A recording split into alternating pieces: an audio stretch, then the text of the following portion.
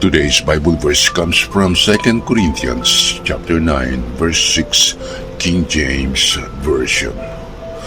But this I say, he which soweth sparingly shall reap also sparingly, and he which soweth bountifully shall reap also bountifully. 2 Corinthians 9:6 explains the principle of generous giving, leading to abundant blessings. Using a farming metaphor, sowing sparingly brings a small harvest, while sowing generously yields a bountiful one. It emphasizes that we should give cheerfully and willingly, not out of obligation, because God loves a cheerful giver and promises to provide more for us to give.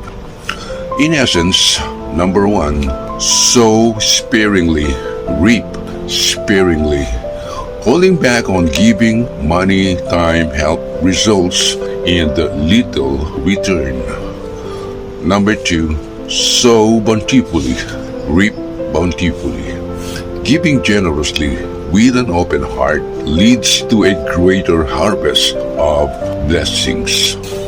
Number 3, attitude matters. Giving should come from the heart, not compulsion, because God values a joyful spirit in giving. This verse encourages a mindset of open-minded generosity, trusting that God will multiply what's given for good works. Amen.